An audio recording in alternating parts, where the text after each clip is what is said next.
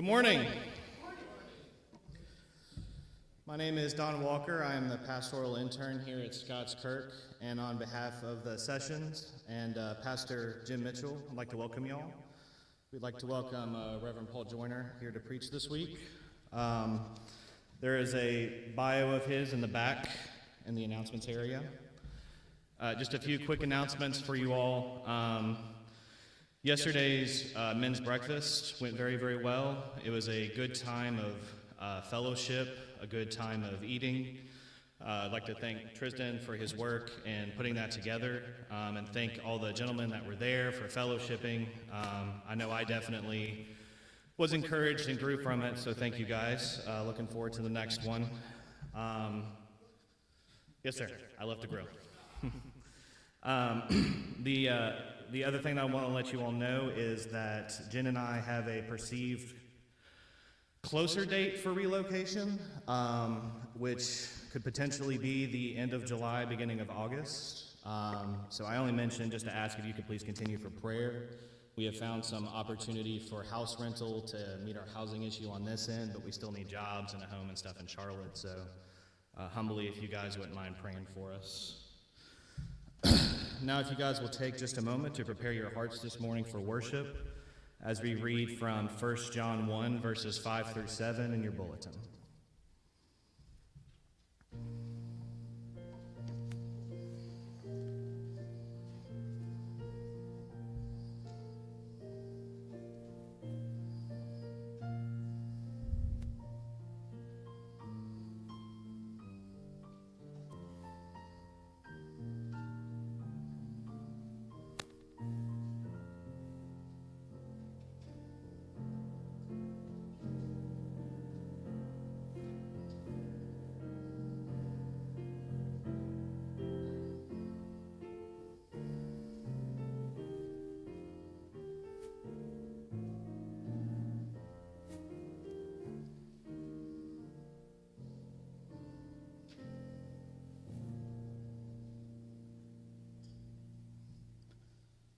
Our call to worship this morning is from Psalm 92, verses 1 through 4, if you would like to turn there to read with me.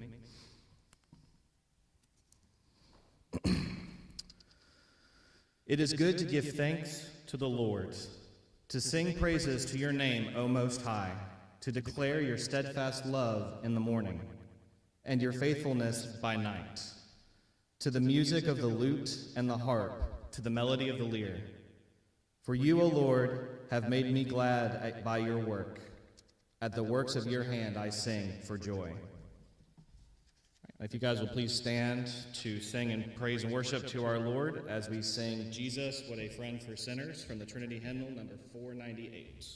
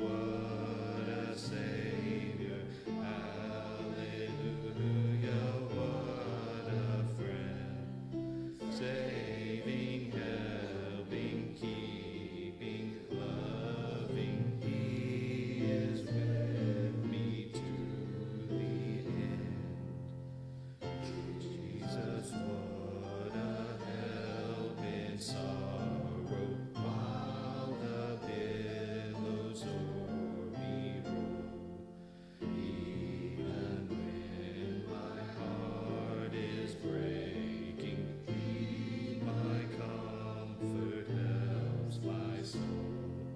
Hallelujah, what a Savior. Hallelujah, what a friend. Saving, helping, keeping, loving. He is with me to the end. Jesus, what a guide and keeper, while the tempest still is high. Storms about me, night o'ertakes me. He, my pilot, hears my cry. Hallelujah, what a Savior. Hallelujah, what a friend. Saving, helping, keeping, loving. He is with me to the end. Jesus, I do now receive Him. More than all in Him I find. He hath granted me forgiveness. I am His and He is mine. Hallelujah, what a Savior. Hallelujah, what a friend. Saving, helping, keeping, loving. He is with me to the end. Now, if you'll please bow your heads in prayer with me as we pray to our Heavenly Father.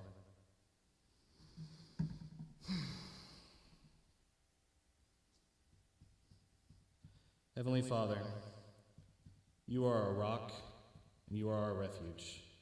You are our strong fortress of salvation. Steadfast you are and faithful you are. Almighty Father, you alone are our God.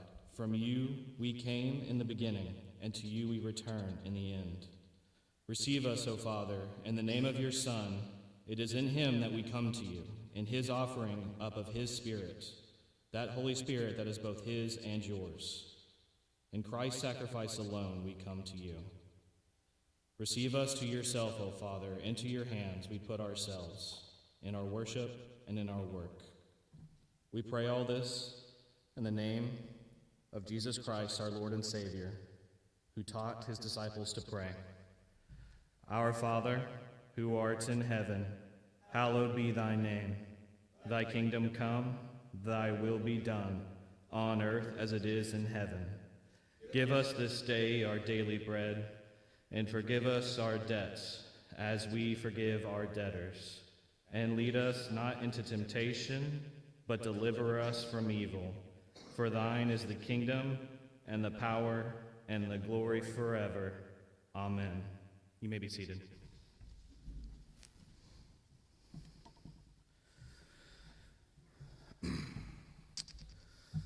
So I was tasked with choosing the confession of sin for this morning.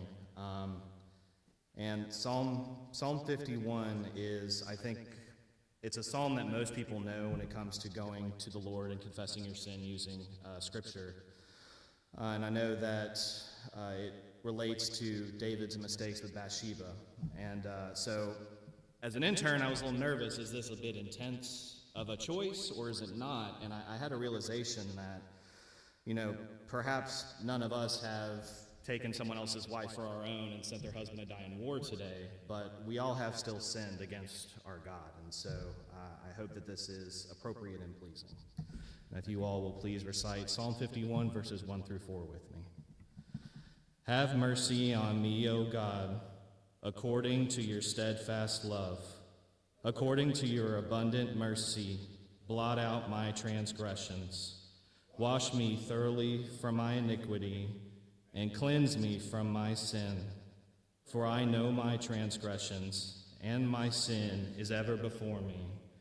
Against you, you only, have I sinned, and done what is evil in your sight, so that you may be justified in your words and blameless in your judgment. Please take a moment for a silent confession of sin.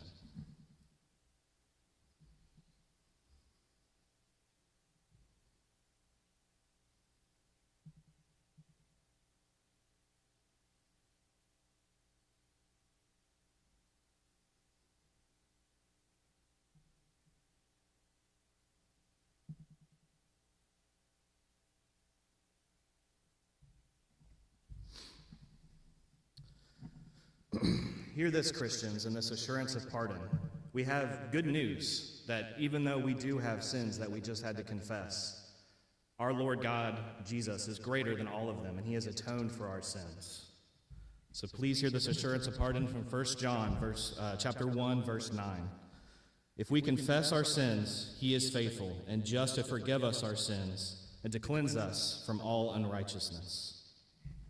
Now, if you all will please stand for the confession of faith. Our confession of faith this morning comes from the Westminster Larger Catechism, questions 41 and 42. Brothers and sisters, why was our mediator called Jesus? Our mediator was called Jesus because he saveth his people from their sins. Why was our mediator called Christ? Our mediator was called Christ because he was anointed with the Holy Ghost above measure, and so set apart and fully furnished with all authority and ability to execute the offices of prophet, priest, and king of his church in the estate both of his humiliation and exaltation. You may be seated. I now would like to invite the children up to the front for the children's sermon to be led by Elder Joel Reed.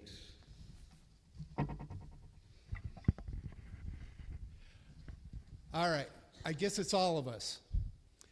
Today in Luke, we are going to hear a number of sayings of Jesus, but it's all about what Christ has done for us and how we should live our lives in that light.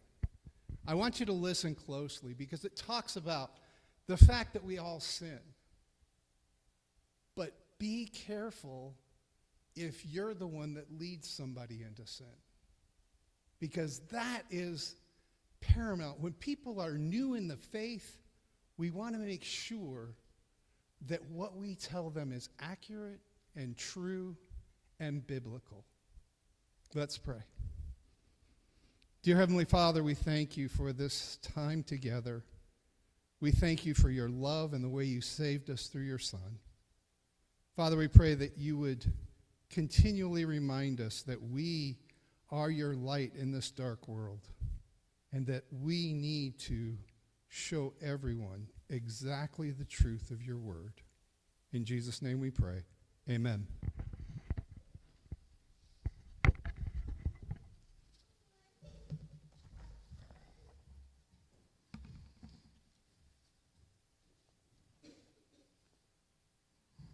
Thank you, Joel.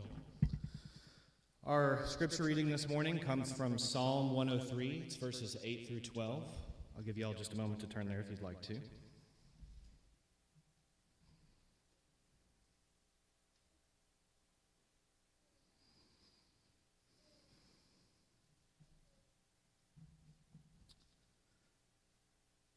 The Lord is merciful and gracious, slow to anger and abounding in steadfast love. He will not always chide, nor will he keep his anger forever. He does not deal with us according to our sins, nor repay us according to our iniquities. For as high as the heavens are above the earth, so great is his steadfast love towards those who fear him. As far as the east is from the west, so far does he remove our transgressions from us. The grass withers and the flowers fade, but the word of our Lord remains unchanged. Okay. And if you guys will now bow your heads with me as we do our prayer for the church and the world.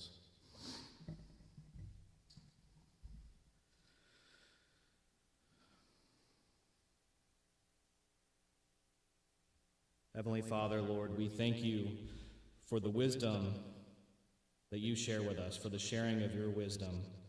Lord, your wisdom is beyond our comprehension, and it's beyond anything we could yet achieve. Yet you love us enough to share some of it with us.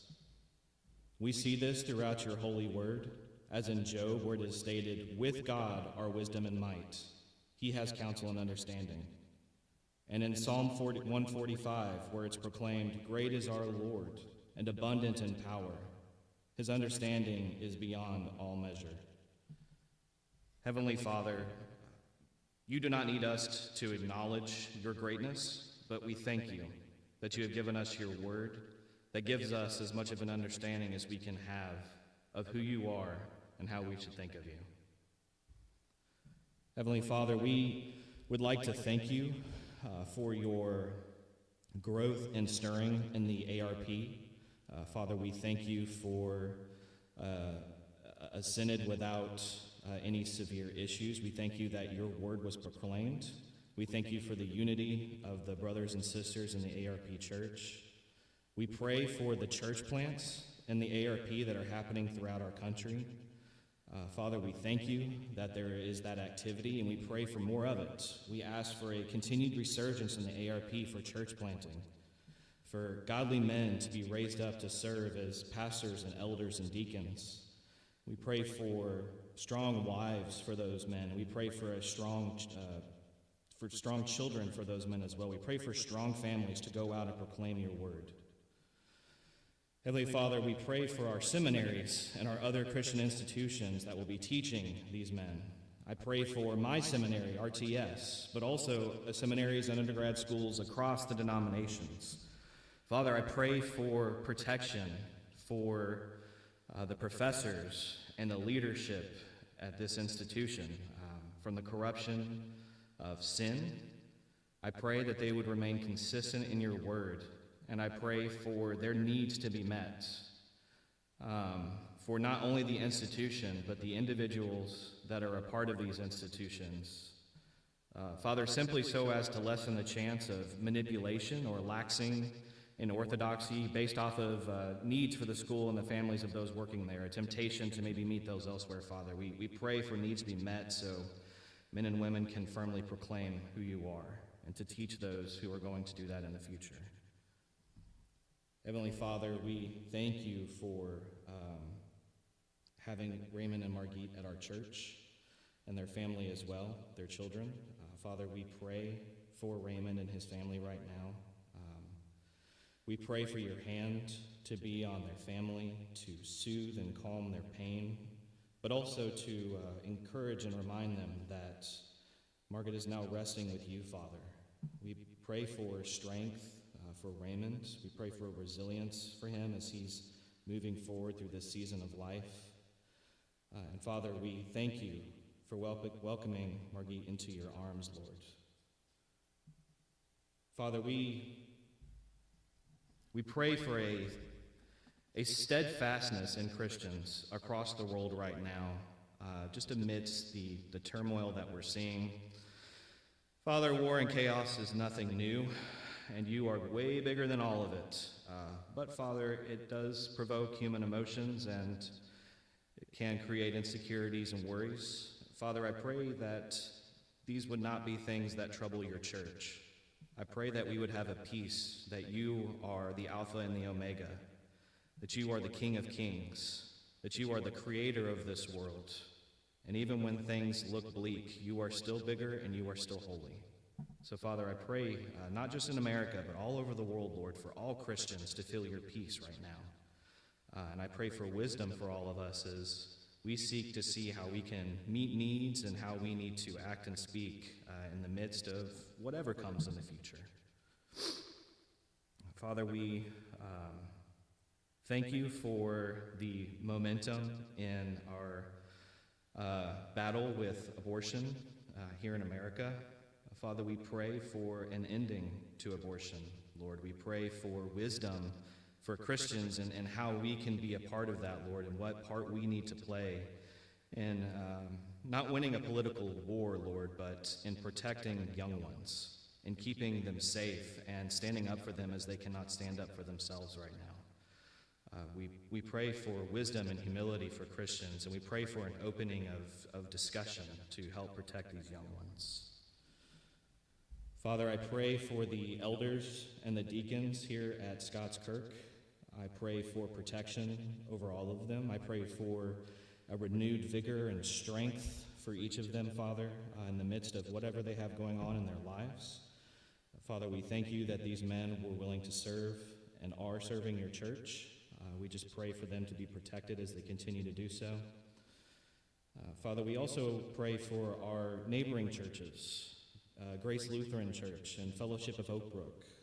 Lord, we have theological differences and even differences in how we decide to facilitate our churches. But Lord, I pray that your gospel will be proclaimed as all three of our churches are standing, proclaiming that we know who you are and that we are worshiping you. And so, Father, we pray for these institutions that the gospel will be carried out and that the worship of you will be proper.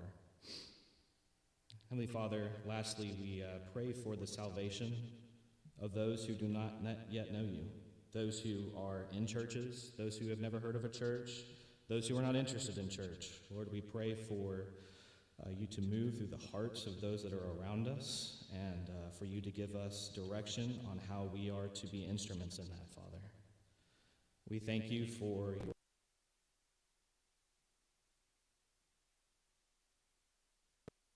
your Son to atone for our sins. We thank you for this love and we thank you for your care. We pray all this in the name of our Savior, our Lord and King, Jesus Christ. Amen. You guys will now please stand with me as we sing Glorious Things of Thee Are Spoken from Trinity Hymnal number 345.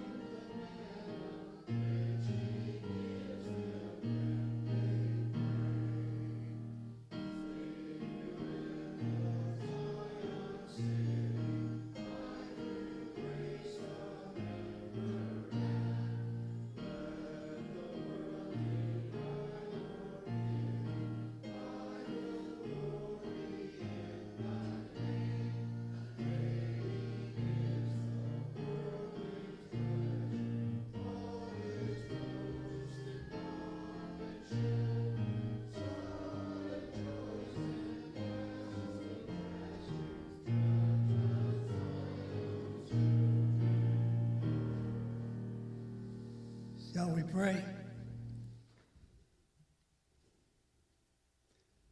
Gracious Heavenly Father, Lord Jesus, Holy Spirit, we come before you with thanksgiving and joy in our hearts because we know that you love us. You went to the cross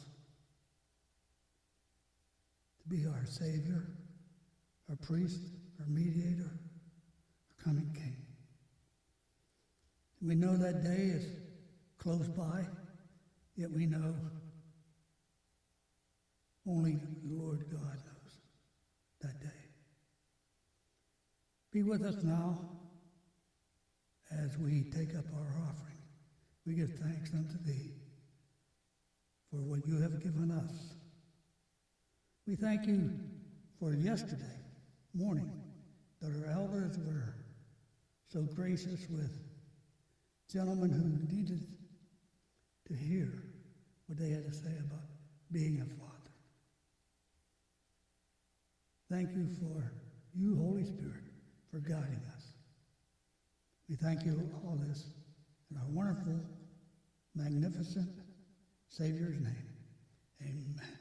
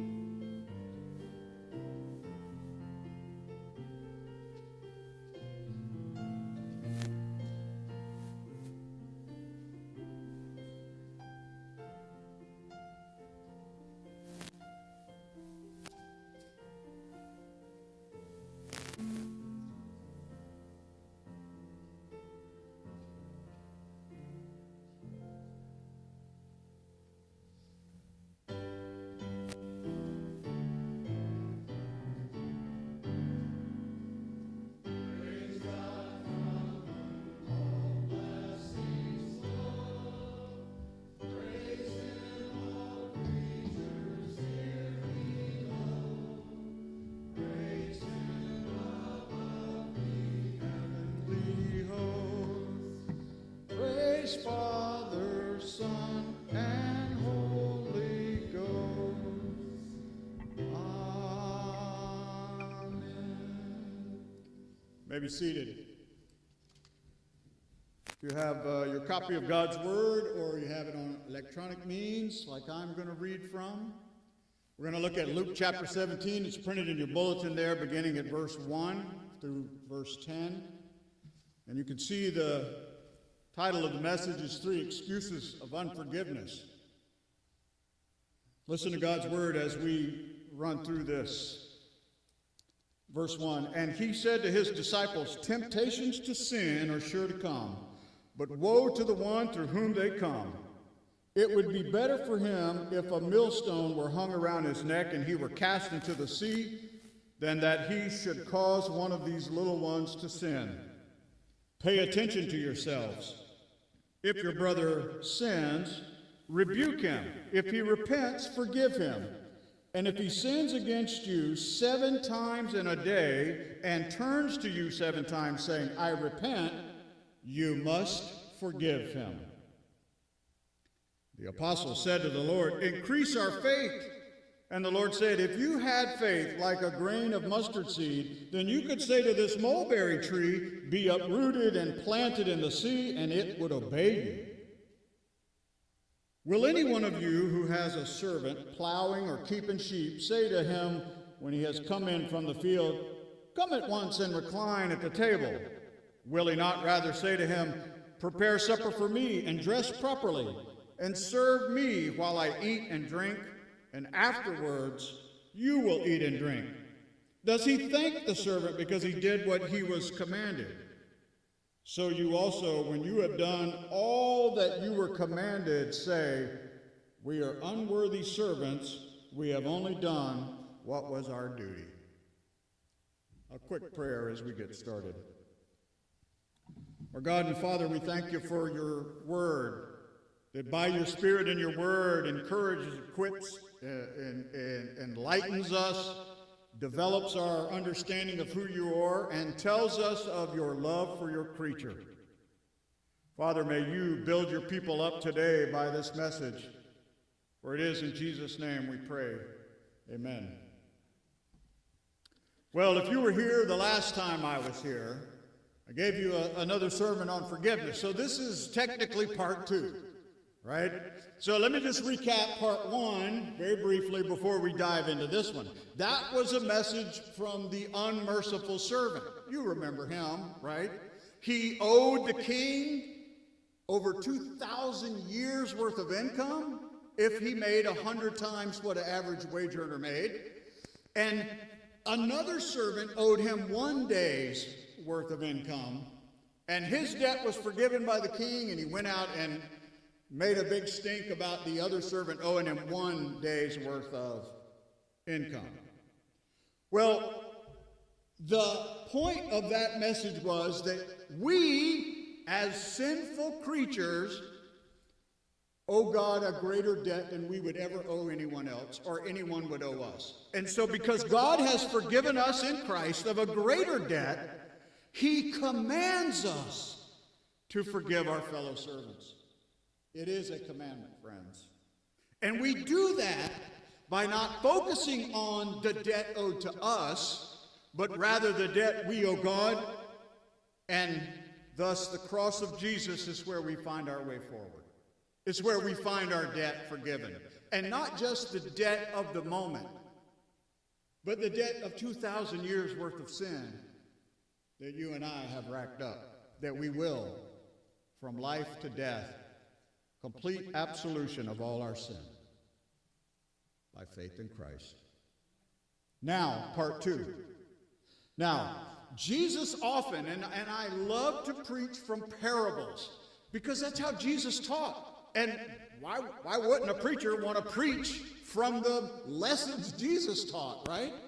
And so he used these parables, these picture-painting words, to implant the message he wanted, and so that it would stick with the hearers and for us today, the readers of these messages. And to rightfully understand the lesson in the parable, which starts at verse 7, we began at the top of the chapter. Now, Jesus says there will be sin among you and sin between you. In other words, there's going to be sin present in our lives daily. And you will fall into sin yourself. You know, those are the 3 things, the world, the flesh, and the devil that are after you. But there's also, you will be led into sin by other people. And for those that lead you into sin, Jesus says it would be very bad for them. He says it would be better for them to have a millstone, a big old stone rock tied around the neck and thrown in the sea, than for them to lead one of his little precious ones to sin, or to cause them to stumble, some translations say. Verse 3, because this is true, you will fall into sin, people will lead you into sin. Jesus says, watch out, and watch out for each other. And then he says, here's what I want you to do.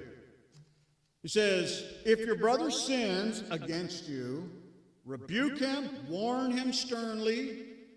If he repents, that is, changes 180 degrees, forgive him. Treat him as if it never happened. And now, if you've lived a few years, you know that it's hard to go to someone and rebuke them. We're just not wired for that as Americans, I guess. But as Christians, you and I, we have the right to be confronted with our sins and be given an opportunity to repent and be restored in the relationship.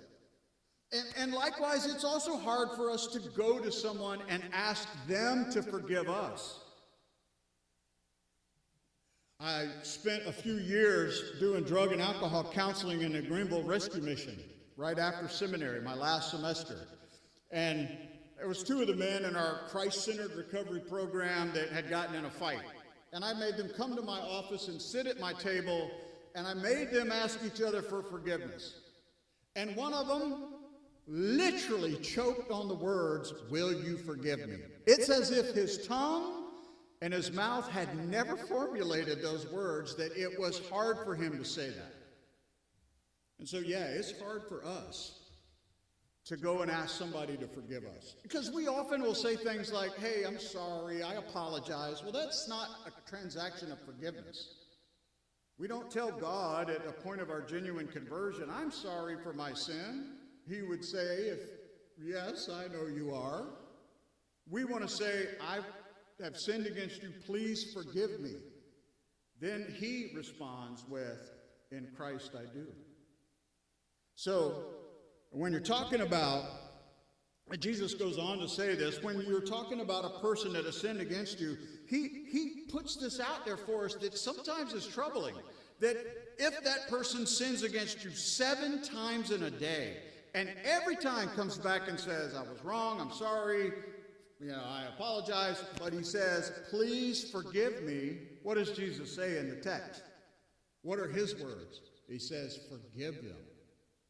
You see, Jesus sets the forgiveness bar extremely high. The standard for forgiveness is high. He does not allow your forgiveness to be based on anything the offender has done except ask for forgiveness.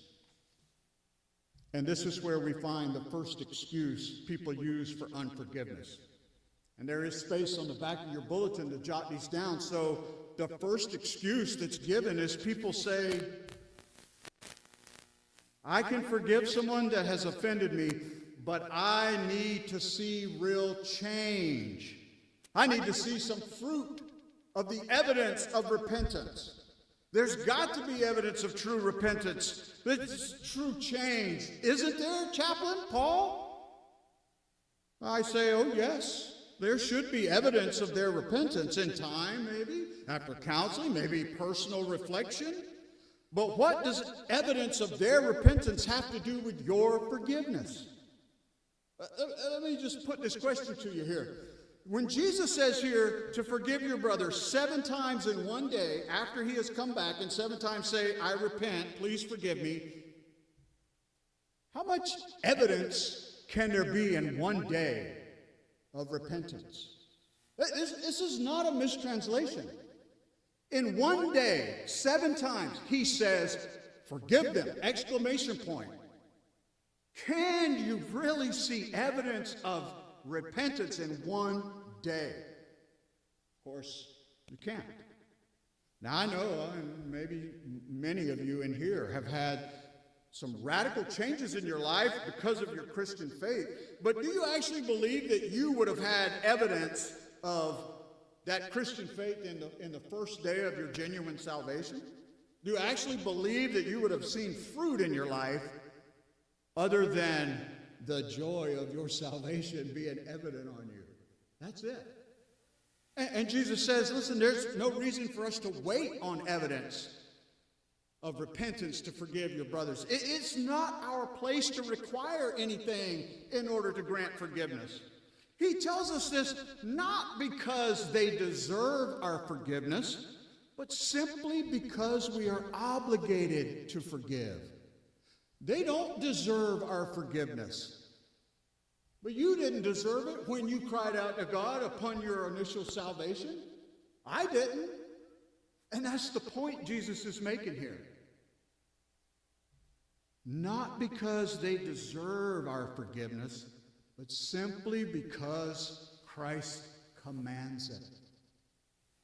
God's people must be taught how to forgive each other. Otherwise, they infuse their own understanding in this. And what is true forgiveness?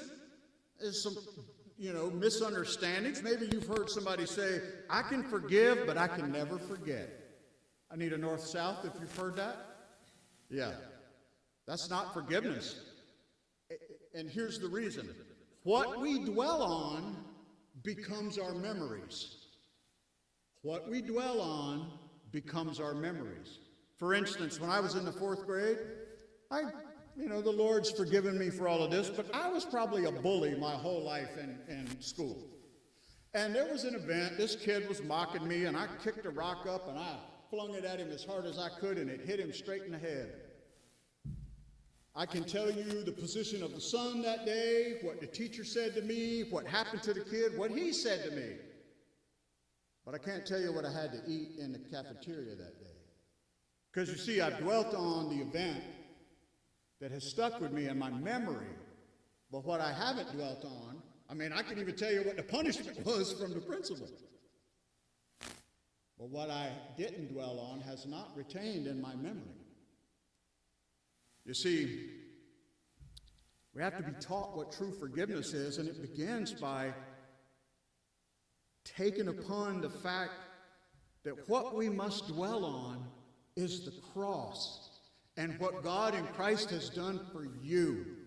If you dwell on the offense that somebody has done to you, you'll never be able to forgive them. But see, when you put it in perspective of how much you have owed God, again, part 1 in the unmerciful servant, you have to put it in perspective of what we have owed Christ, what we have owed God, and that through Christ he has forgiven us of an enormous debt. Forgiveness, when we are functioning in a proper forgiveness understanding, it makes your whole community, this community of believers, function for God's glory and allows us to work alongside other sinners. Forgiveness can make your family function to God's glory and enables you to live amongst other sinners. I live alone, and I tell people all the time, there's conflict in my house all the time. Because there's a sinner that lives there. You see, forgiveness also frees us from the cancer of bitterness and anger and from being a victim over so much hurt. Without forgiveness, every hurt you experience becomes your identity. And you will wear it around like a military uniform filled with ribbons and badges that tell the story of all the great injustices you have ever endured in your life. But friends, we are not victims. God is a sovereign God who has ordained our lives to be a certain path, and every blessing as well as every challenge and trial is by his hand and for his glory and your edification, to the praise of his glorious grace. Another aspect of forgiving others frees you from an attitude that stinks of self-righteousness. Like, oh, you owe me. What? Oh. Remember the unmerciful servant and how he treated the other servant. You see, forgiveness will remove the stench of a prideful heart as somehow the offender owes you something. And here, friends, is where I remind you again, it's why we focus on the cross. Because your sin, my sin, is far more offensive before a holy and righteous God. And that any offense that someone commit against you, it pales in comparison to our offense to a holy and righteous God. And at the point of your genuine conversion, when you first became to know the Lord, did God himself say to you, you need to show me some evidence before I forgive you? Which brings us again back to the first excuse. If you've been around a little while and you've seen or remember any of the Billy Graham crusades, what song did they sing when he gave the gospel presentation and told everybody to come down as an invitation? What song? Just as I am. I think Billy Graham nailed it in that respect. Is that we come to the cross at the point of our genuine salvation just as we are, because he requires only that childlike faith in Christ, crying out for his mercy and grace. And then he begins a work through the Holy Spirit and the power of his word to sanctify us, growing us into his image. You see, God only requires a heart that genuinely says, I repent, please forgive me. He does not require any evidence of that change. And we depend on the perfect requirements of God, which are fulfilled by our substitute Christ. So, brothers and sisters, don't have a higher standard than God himself has. Well, let's move back to the text. The disciples, upon hearing this command, that if your brother sins against you 7 times in a day, and he says, forgive him, the disciples say what? Increase our faith. There's an exclamation point there. They would respond as any of us would. Like, oh, my word, Lord, Jesus, you have got to give me more faith. That's a tough one. 7 times in a day, somebody's going to do me wrong, and 7 times they come and say, I repent, please forgive me, and I'm supposed to forgive them? I'm going to need more faith to do that. That's a difficult one, Jesus. Once, twice, maybe sure, but 7 times in a day? Friend, Jesus says that attitude is unacceptable. And this is where we find the second excuse for unforgiveness. Jesus says, listen, it's not about how much faith you have. Any amount of faith will do. That's what the whole mustard seed and mulberry tree language is about. In the commentary by Hendrickson, he says, the Pharisees in the first century believed a mulberry tree had such an extensive root system that it was impossible to pull it up out of the ground. And so here Jesus is saying, the task of removing this mulberry tree compared to forgiveness, you don't need a ton of faith. You need a speck. Any amount of faith will do. And so just like Jesus doesn't let anyone slide out of their obligation to forgive by saying the first excuse, not until I see some evidence of change, here he says, we can't slide out of forgiving someone by saying, if I just had more faith, then I could. Now, sometimes statements of unforgiveness sound like this. I don't think you'll ever change. Old dogs can't learn new tricks. We're not dogs, by the way. We're human beings. Everyone in my life has let me down. Why would I think you'd be any different? Or when the offense hurts so much, unforgiveness says, you keep doing the same thing. I don't think you're capable of change. Or, I just need some more faith to deal with this. You're just going to have to give me some time to get over it. Well, friends, that sets us up for the third excuse, and it comes from the parable. In the parable, Jesus says, imagine that you are the master and you have a slave. And your slave, servant, has been working all day out in the field, tending the sheep, working the crops. It's hard work. It's out in the sun. It's physical labor all day. And the servant, he is tired and dirty and probably thirsty and hungry. And Jesus says, the master doesn't say, oh, rest here for a little while, or here, have some bread to eat, and then go get cleaned up and go to sleep. You've worked a long, hard day. No. He says, rather, the parable says, the master requires him to prepare his meal and serve him and wait until he's finished eating, and then he can have something to eat. So, of course, the obvious question when you read that or you look at that, you say, if that were me, would I feel like doing that? Do you think he felt like doing that? After working all day, would you feel like waiting on someone before you eat? Of course not. That's the point. Jesus says when it comes to a matter of forgiveness, it doesn't matter whether you feel like it or not. Forgive them. And in the parable, the servant wouldn't feel like doing his job, but since he's the servant, he has to.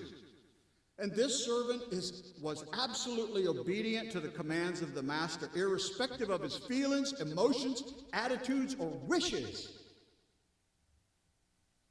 Jesus says that forgiving someone does not have to do one thing with your feelings. So what does that mean for us today? Well, It means forgiveness is a commitment and a promise. That you can keep your promises and commitments even when you don't feel like it. Our Christian lives cannot be ruled by our feelings. Rather, we must be people whose lives are ruled by our commitment to Christ and the commandments of Christ. In Adam's commentary, he says our lives are to be commitment-oriented versus feeling-oriented. Let me explain a little bit. How many times did you wake up on a weekday and not feel like going to work? But you went anyway. And what happened through the day? Those feelings would leave you. Maybe it's at the end of the day when you know I get to get in the car and go home. But at some point during the day, those feelings leave you. Because most often what we do drives how we feel. How many times did you feel like not coming to church, but you did anyway, and then you were glad you did? I don't know, that's happened to me. What we do drives how we feel. What about if you're on your job? Time to go. You're feeling good because it's time to go, but your boss shows up and say, hey, I got this late tasker for you to do. Thanks. Well, do you answer in a respectful tone? In the military, you do. You say, oh, yes, sir, yes, ma'am. Or, in the military, I got an assignment to go to Korea. I was in Alabama. Which would be better for you, stay in Alabama or go to Korea? 13 time zones away. The literal other side of the planet. You can fill in the blanks. Let me put, how about my students that are here, younger folks? If you had an assignment due, and you put it off, you kind of rush through it the night before it's due, and you turn it in, you get a bad grade, you feel like, this is dumb, I hate this class, right? But what if you started it, and you kind of worked on it a little bit here and there, and you had time to edit it, and you get it up to a place you're comfortable with, and you turn it on time, and you get a good grade? How do you feel from that? Feel good. What we do drives how we feel. I mean, I could even tell you, like, do you realize that out there on the road is some different colored paint and lines? There's some yellow lines. There's no power in them yellow and white lines. There's no power in the light that's inside that device hanging at the intersection. So we know how to live commandment-oriented lives. We just sometimes don't want to. We want to live feeling-oriented lives.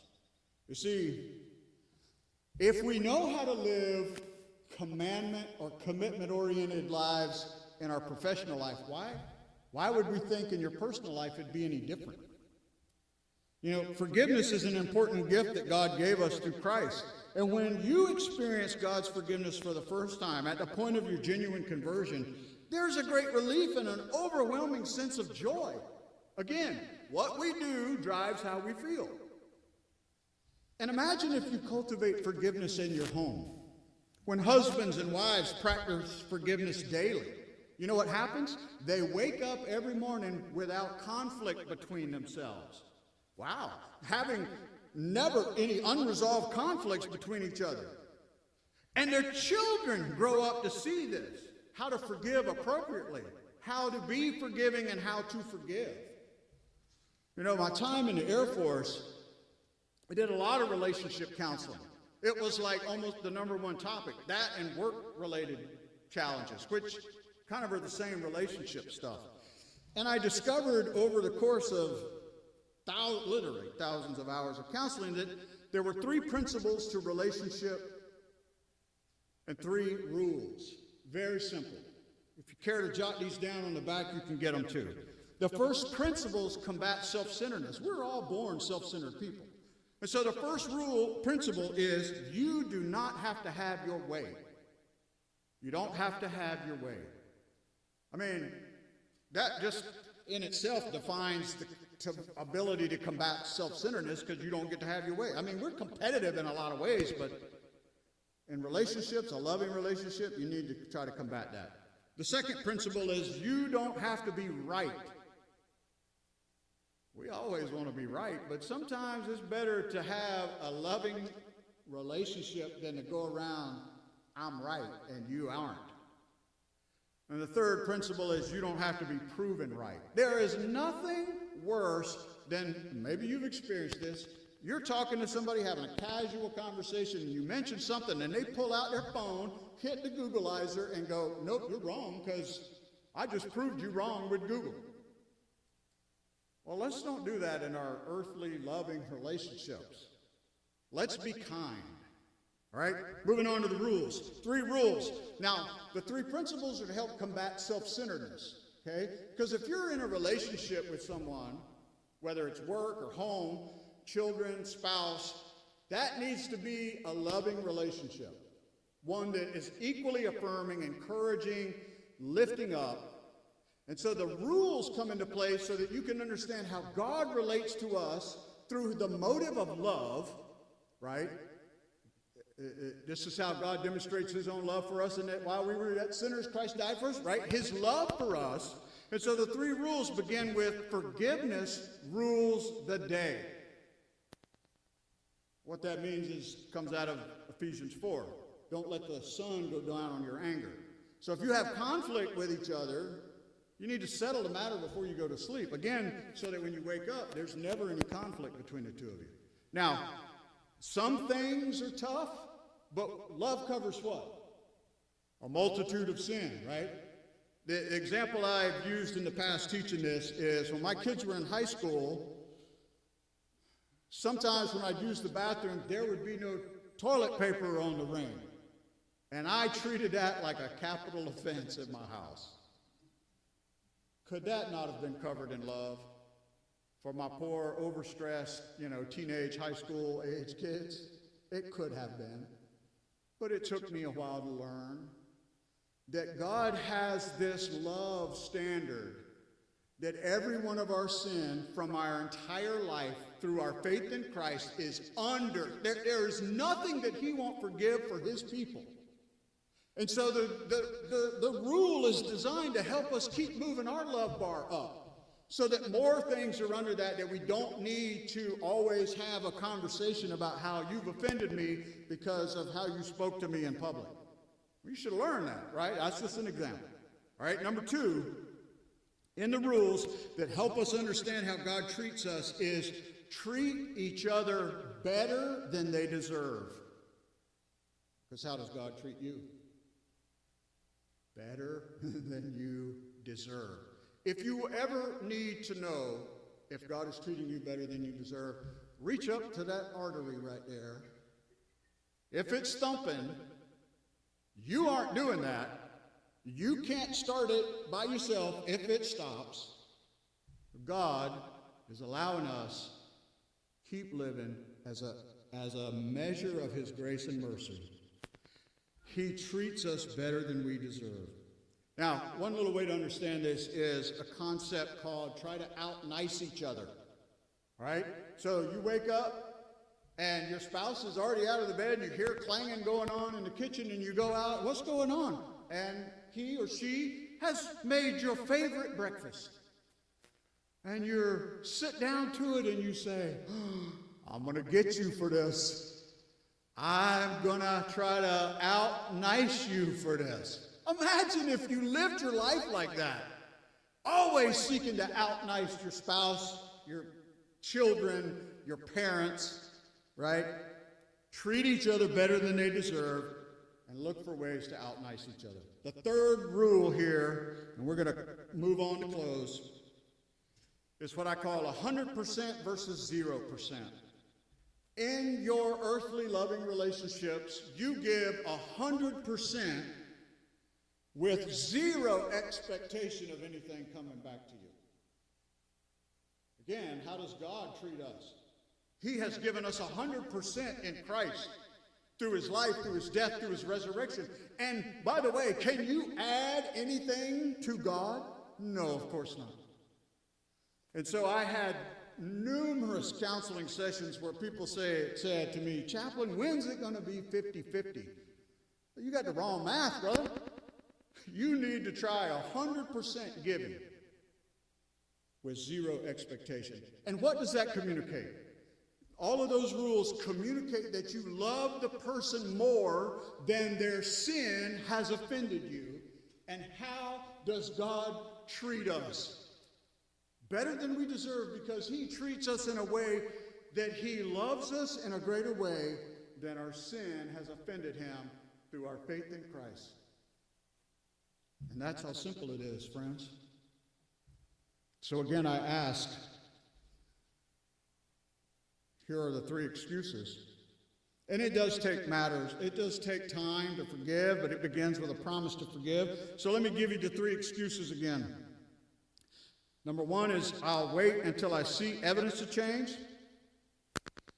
If I only had more faith or greater faith, or once I feel like it, I'll forgive. I'm just mad, tired, disappointed, or whatever other emotion you want to throw in there. So Jesus has eliminated these 3 excuses for unforgiveness, but for somebody that has offended you.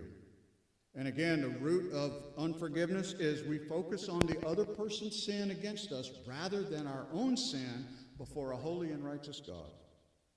And we act as if every sin committed against us is a capital offense. The reality is, every minute sin that we commit is a capital offense. And how does God treat us?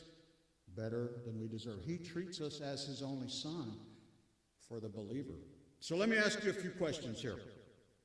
Who is it in your life today that you haven't forgiven? Who is it in your life today that you said you've forgiven, but you really haven't?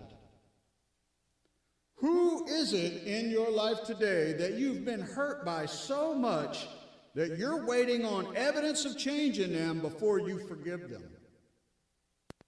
You know where this is going. Who is it in your life today that you're waiting on more faith or greater faith to be able to forgive the great transgression they've committed against you? And who is it in your life today that you just haven't felt like forgiving, thinking you might need more time? Well, I think if we're honest with ourselves, we've all had a couple of people maybe that have popped into our minds. Into 1 or 3 or all of those categories. But friends, the parable, the context, 1 through 10, teaches us forgiveness is a commandment. And again, it's not based on anything the person does. It's simply based on your relationship to Christ, through God the Father, through Christ the Son, empowered by the Holy Spirit to understand it through his word, to be taught by it. And so the challenge is this, simply, that if there is someone in your life that you have not forgiven, would you? For my Christian friends today, if there is, then ask God to forgive you of your unforgiveness. And if possible, go or call the person and tell them that you have made a commitment to God in Christ to forgive them, and then really forgive them. And again, not because they deserve it, but because God has forgiven you. And if you're here today and have never accepted Jesus as your Savior, none of this applies to you. First thing you need to do is reconcile your own sin to God the Father through God the Son by expressing genuine faith and acknowledging that you are standing before a holy and righteous God condemned. And that you want the sacrifice of his life in place of yours. You want his perfect life in place of your imperfect life. And you want the promise of the resurrection to say to everyone around you that God has forgiven me and he has granted me communion with him. And then you can enjoy a loving, eternal relationship with God the Father and have truly a relationship with your heavenly Father. I pray that God will help us all live out this commandment. And may he help us be a community of people who stop making excuses and genuinely work on forgiving one another. May it be so. Let's pray. Heavenly Father, we thank you for your love. We thank you for your word that teaches and guides and instructs us, it corrects us and rebukes us. We thank you that even when we fail, You have the ability through your Spirit and Word to bring us to a place to grow, no matter our age, whether we're young or older, seasoned in life or new. You have the ability to work in us that which you desire. And for many of us, we have broken lives. They've been broken by the way the world has treated us. They've been broken by our own sin, and we've been broken by the way other people have treated us.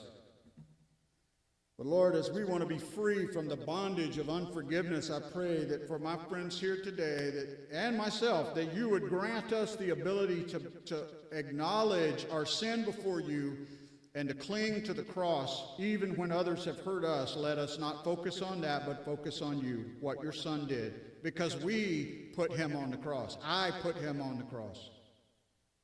Father, when we do that and it becomes something real in our life and our theology of living, it becomes power. And by your hand, Lord, I pray that you would equip and encourage your people here today to live out a life of love for one another and for you in a greater measure. Bless them to that end, I pray. In Jesus' name, amen. If you would, let's stand and sing together hymn number 254, Alas, and Did My Savior Bleed?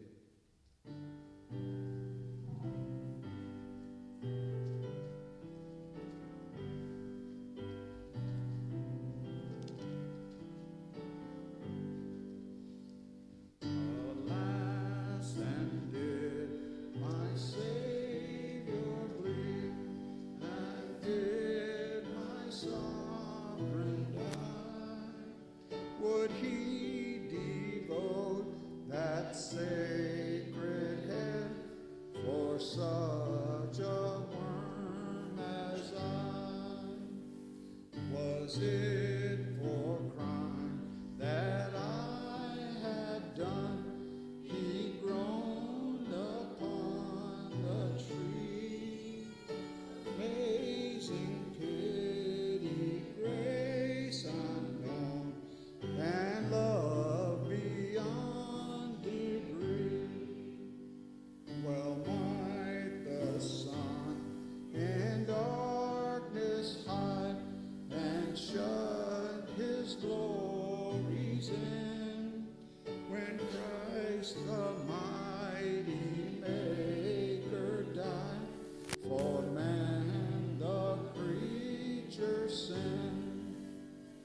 Thus might I hide my blushing face, while his dear cross appeared, dissolve my heart in thankfulness, and held my eyes in tears.